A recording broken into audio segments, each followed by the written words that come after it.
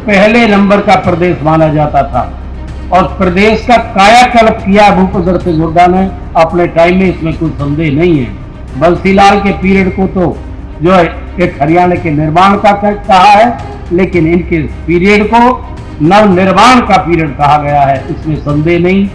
एक ही बात कहेंगे कि भाई मोदी के नाम पे वोट दे दो, मोदी के नाम पे वोट दे दो, और काम नहीं है। अरे मोदी के नाम पे तो दो बार खा लिया तुमने, कुछ अपने काम के नाम पर भी मांगिए। महिला पहलवानों का जितना अपमान किया, वो देश की समस्त महिला जाति का अपमान इन्होंने किया है, तो इनको कैसे माफ किया जा सकता है। हमारे ये क्या नाम है, अपने पत्रकार बंधुओं को क्या कहूं मैं, मुझे कई बार थोड़ा सा वो होने लगता है कि चौथा स्तंभ हमारी जो पद्धति का माना जाते हैं, आज ये भी दबाव में बैठे हैं, लेकिन फिर भी आज अपने दायित्व को निभा रहे हैं। और सभी साथियों, आप बहुत समय से यहाँ बैठे हैं, इंतज़ार कर रहे हैं। इसके लिए तो भाई क्योंकि मेरे समर्थन के लिए बैठे हैं, लेकिन हुड्डा साहब भी मजबूर हैं। इनको इतना मीटिंग्स में इतना इनको तकलीफ भी हुई है, समय भी दिया है, इन्हें बहुत दूर भी जाना है, लेकिन फिर भी आपने इतना इंतज़ार किया है। मैं आपका सम्मान करता हूं, आदर करता हूं, और आपको एक बार फिर मैं नमन भी करता हूं। साथियों, देखिए, मैं तो जल्दी 5 मिनट में अपनी बात कहकर के आपके दरबार में अपनी प्रार्थना ही कर दूं। 2 चीज़ मानी जाती हैं इलेक्शन में कि एक तो उम्मीदवार जो आपके बीच में आया है, उस व्यक्ति का चरित्र क्या है, उसकी काम करने की क्षमता क्या है, उसके विजन क्या है। एक तो ये नागरिक सोचता है, मतदाता। अरे भैया, या तो तुम बोल रहे, मैं तो 5 मिनट भी जल्दी बोलना चाहता हूँ, हुड्डा साहब को बहुत दूर जाना है। और दूसरा, जिस पार्टी से उम्मीदवार है, वो पार्टी की जो है पुराना रिकॉर्ड क्या है, उस पार्टी ने देश को, समाज को क्या दिया है, उसकी नीतियां क्या हैं, उसका भविष्य का, उसका एक विजन भी क्या है। इन 2 चीज़ों पर हर नागरिक फैसला लेता है चुनाव में। तो भाई आज वो निर्णय लेने का समय आ गया है। तो देखिए, 10 वर्ष का पीरियड आपने देखा है, आपने कांग्रेस का कार्यकाल भी देखा है। 10 वर्ष पूर्व यहाँ की जनता ने एक परिवर्तन कर दिया, और उस परिवर्तन का सबसे बड़ा कारण था कि इन लोगों ने इस तरह से गुमराह करने की कोशिश की, कहा कि काले धन को हम वापस लाएंगे और 15-15 लाख रुपए जनता के खाते में भी देंगे। ये पहला वादा था। दूसरा वादा ये था कि भाई पेट्रोल और डीजल के रेट कांग्रेस ने इतने कर दिए, गैस के रेट 400 पे पहुंचा दिए, और भैंसा बोगियों पर मोटरसाइकिल और गैस के सिलेंडर को रख के ये आंदोलन किया करते थे, डेमोन्स्ट्रेशन करते थे, आपको याद होगा। और ये कहा कि 250 रुपये में तो हम सिलेंडर देंगे और 35-40 रुपये में हम पेट्रोल डीजल देंगे। ये वादे आप लोगों से किए थे 10 वर्ष पूर्व, लेकिन वो वादे तो पूरे बहुत दूर की चीज़ रही। आज पेट्रोल 190 बिक रहा है, जबकि सस्ता आ रहा है। हमें 75-80% तकरीबन विदेश से तेल मंगाना पड़ता है। ये जब था कांग्रेस शासन में, जब $130 का एक बैरल आता था, तब भी मनमोहन सरकार में 60-62 से फालतू नहीं होने दिया, टैक्स नहीं लगने दिए, इधर ज़्यादा खजाने पे बोझ पड़ा, लेकिन इस तेल का भाव इतने से फालतू नहीं होने दिया। गैस का सिलेंडर भी 400 में दिया, लेकिन आज तेल रशिया से 30-35% डिस्काउंट से सस्ता मिल रहा है। और ये पैसा कहाँ जा रहा है? इन कंपनीज को जा रहा है, इनको खुली छूट दी जा रही है। और आज भी 100 रुपये जो डीजल पेट्रोल बिक रहा है, तो ये सारी जनता के ऊपर ही बोझ डाला जा रहा है। ये आज आपके सामने है। गैस का सिलेंडर तुम देख रहे हो, वो हजार पे पहुंच गया 250 की बजाय। तो वादे 10 साल को इस समीक्षा करने का भी एक आपको समय आ गया है। ये सरकार हर दृष्टि से ही झूठ के जुमलों के आधार पर बनी और झूठ के जुमलों के आधार पर 10 साल पूरा कर गई।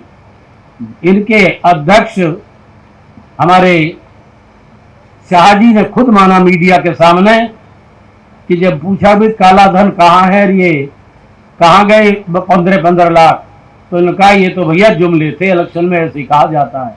तो जो जनता को भी इस प्रकार से गुमराह कर सकते हैं, इस प्रकार से बहका सकते हैं, तो भाई जनता का दरबार तो एक ईश्वर का दरबार है।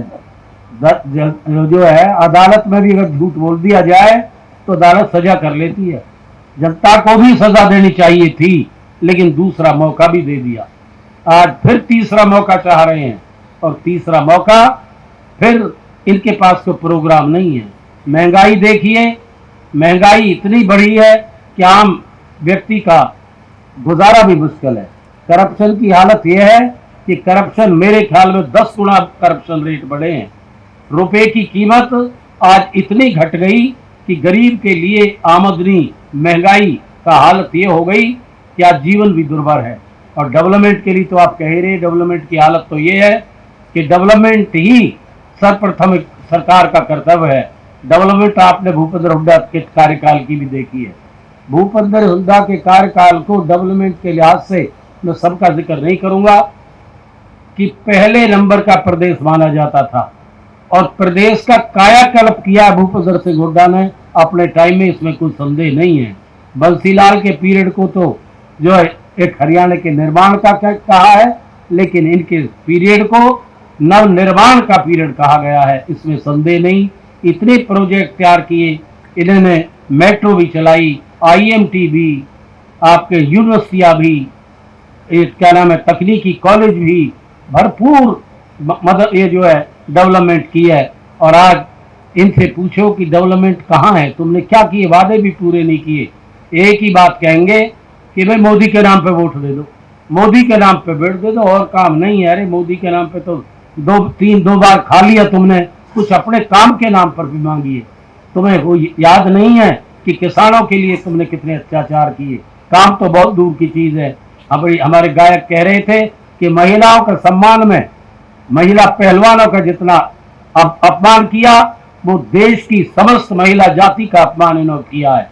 तो इनको कैसे माफ किया जा सकता है? आज समय आ गया है कि किसान आंदोलन में 750 आदमियों ने बलिदान दिया है, महिला को अपमान किया है, तो क्या हम भूल जाएंगे? और महंगाई, बेरोजगारी की तो हालत आप देख रहे हो कहां पहुंच रही है। तो किसी दृष्टि से भी ये सरकार आपसे वोट मांगने का अधिकारी नहीं है, ये विश्वास खो चुकी है। चाणक्य कहते हैं कि जो सरकार जनता का विश्वास खो दे, जनता को जुमलों से झूठ बोल करके गुमराह कर दे, वो जनता उसे कान पकड़ करके बाहर फेंक देनी चाहिए, चाणक्य ने कहा है। तो भाइयों, अब समय आ गया है कि आप इसका जो है निर्णय कीजिए। मैं तो आपको एक ही अपील करते हुए, प्रार्थना करते हुए अपनी जगह लूंगा कि देखिए, मैं शायद आपके लिए नया उम्मीदवार हूं, लेकिन मेरा वास्ता मेरे बुजुर्गों का भी रहा है। चौधरी नेतराम जी को पुराने बुजुर्ग जानते हैं। उनका संबंध एक समाज के तौर पर, परिवार के तौर पर भी रहा है। उन्होंने हर दुख सुख में शायद अपनी इज्जत को आपकी इज्जत के समान समझा है। हर दृष्टि से उन्होंने, तो पुराने बुजुर्ग जानते हैं भाई, मैं उनके नाम पर भी, और मेरा जहां तक ताल्लुक है, मैं 5 बार विधायक रहा हूं, CLP लीडर भी रहा हूं। हुड्डा साहब के साथ मैंने काम किया है, और मैंने अपने दामन पर कभी दाग भी नहीं लगने दी। मैंने अपनी साख को हमेशा बचा के रखा है। और मौजूदा वर्तमान जो आपके बीच में बीजेपी के ये उम्मीदवार आपके बीच में तीसरी बार आ रहे हैं, इसके लिए तो मैं सुनता हूँ, इस बार तो मुझे इतनी पीड़ा होती है। मेरे ये भाई इलेक्शन लड़े भी हैं, एक बार मैं 161 वोट से भी आ रहा था, मैं कांग्रेस टिकट नहीं था, लेकिन दूसरी बार कांग्रेस टिकट से तकरीबन 64,000 से इस व्यक्ति से मैं जीता भी हूँ। तो मुझे 5-5 बार चुना है, तो भाई मैंने कहीं ना कहीं जनता के साथ ईमानदारी से सेवा की है, अपनी साख को भी बरकरार रखा है। और भाई काम की दृष्टि से तो आप सरकार को देख ही रहे हो। मैं तो आपको भरोसा दे सकता हूं कि अगर आपको हरियाणा फिर नवनिर्माण जो आज खंडित हो गया है उसको बचाना है, तो आपको कांग्रेस के उम्मीदवार को आपको बनाना होगा। यही अगली जो है सरकार जो हमारी बनने जा रही है, जिसकी रहनुमाई हुड्डा साहब खुद पार्टी की कर रहे हैं, अगर उसका दरवाजा आपको खोलना है तो पार्लियामेंट का दरवाजा आपको पहले खोलना होगा। मैं तो आपको तो भरोसा दे सकता हूं कि भाई बीजेपी के उम्मीदवार का नाम आजकल जनता ने करप्शन पाल रख रखा है, कि मैं अपने नाम के साथ कभी करप्शन पाल नहीं लगने दूंगा। जो आप इज्जत दाम देंगे उस दामन को मैं कभी दाग नहीं लगने दूंगा। और एक विश्वास ये देता हूं कि मैं कभी भी आपको निराश नहीं होने दूंगा, इतना ही मैं आपसे वादा कर सकता हूं। लेकिन आप निडरता से राष्ट्र के हित में, अपने भविष्य के हित में, और आगे कांग्रेस को सरकार बनने जा रही है उसके दृष्टिगत अब आपको डरने की जरूरत नहीं है। आप एक एक वोट कांग्रेस को दीजिए, अपने उम्मीदवार को दीजिए, अपने भविष्य को दीजिए, और इन सारी समस्याओं के समाधान के लिए दीजिए, और फरीदाबाद को एक विकसित फरीदाबाद बनाने के लिए दीजिए। आपका बहुत बहुत धन्यवाद। जय हिंद। हमारे साथ जुड़े रहने के लिए देखते रहिए देश रोजाना का यूट्यूब चैनल सब्सक्राइब कीजिए। साथ ही देश रोजाना की खबरें सबसे पहले देखने के लिए प्रेस कीजिए बेल आइकन।